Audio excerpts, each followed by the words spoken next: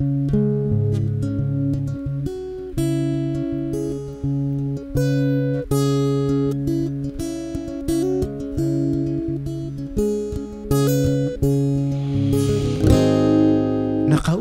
ako, lumalamon sila.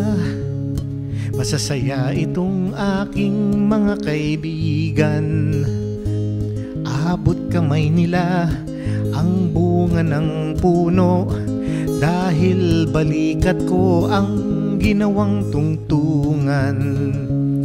Habang namimitas, lalong natatakam. Sila ay para bang wala ng kabusugan, kahit alam nilang merong mga langgam, at ang aking paa ang siyang inuupakan. Nais ko nang magpahinga, marami na akong nagawa at natulungan.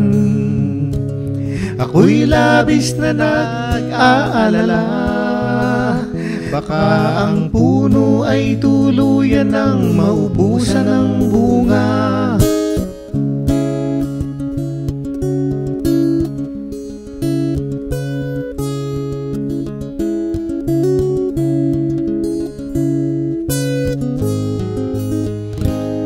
Nakaupo ako, nagbabantay sila.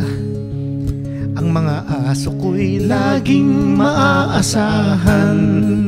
Hindi ko lang alam ang binabantayan. Ito bang puno o itong aking upuan? Itali ko kaya sa bahay ng langgam?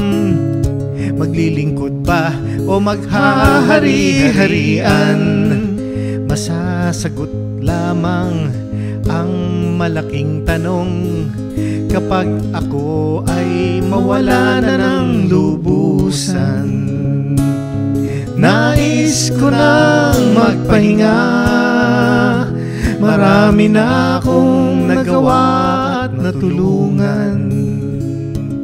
Ako'y labis na nag-aalala, baka itong mga aso ay maulol at magwala.